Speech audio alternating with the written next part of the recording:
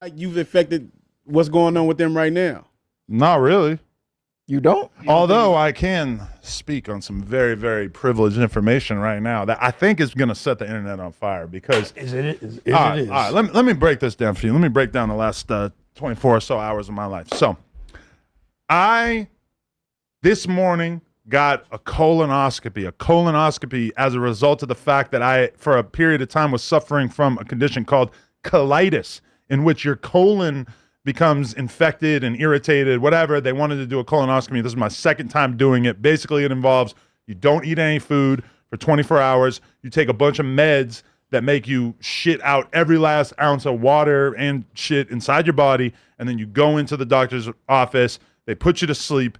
They take a camera. They put the camera inside of your butthole, which means, yes, I was booka booka today. And Brick's very jealous. By a large Samoan man. I don't know. I was locked up. I was knocked out, so I don't remember anything from it at all. I'm sorry, Brick.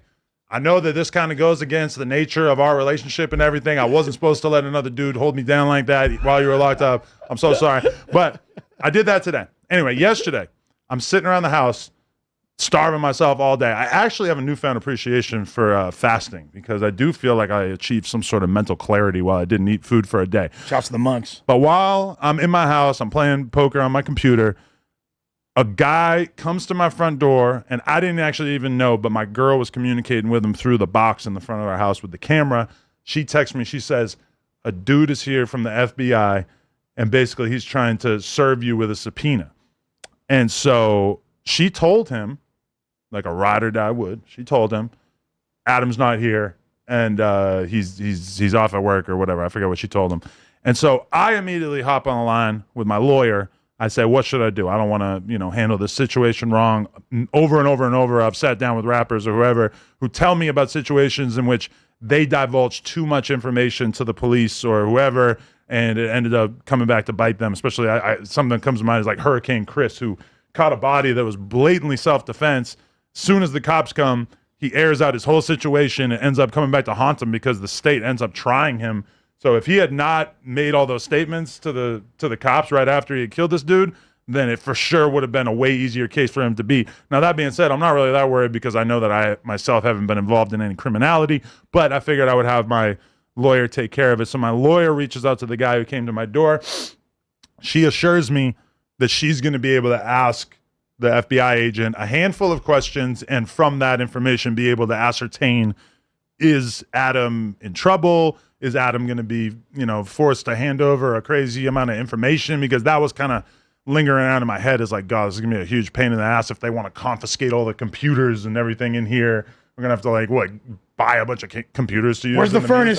Start the furnace up, guys. I don't know. I was considering that. I have not destroyed any information for the record. But this is the thing that my lawyer comes back to me with. She said the feds were interested in one thing and one thing only. Because in my head, I'm thinking they're going to want copies of the podcasts that Brick or Luce were on. They're going to want to make sure that there wasn't anything in those podcasts that was edited out. Now, anybody who knows me and No Jumper knows that we really don't like to edit things out. So the only stuff we're editing out is if it's like a 4-alarm fire, like, yo, we need to take this out. So I don't think there's ever been something that Brick or Luce told us that they needed us to edit out. But the one thing that the feds wanted was the cease and desist from Big U to No Jumper, asking us to take down the episode in which Luce Cannon first made the explosive statements that suggested that Big U had previous knowledge of Nipsey Hussle's death. Now, that situation is very much outside of what was mentioned in the indictment. In the indictment, there's nothing about Nipsey. There's nothing about any of that stuff. So this to me is kind of massive because it makes me feel like, oh, the FBI is interested in what Big U's involvement in Nipsey's death might be, which to me seems gigantic. I don't know why that cease and desist is not going to help them prosecute Brick Baby or Loose Cannon or anybody else. But the fact that they're interested in that, to me, adds quite a bit of credibility to the argument that perhaps Nipsey Hussle's death was a more complicated situation than it appears to be. Well, isn't that when this gave it to him though? Isn't We did hand it over, yep. isn't this when Of course that you did. You didn't think that he wasn't? I mean, really, like, So it's safe to say you the feds.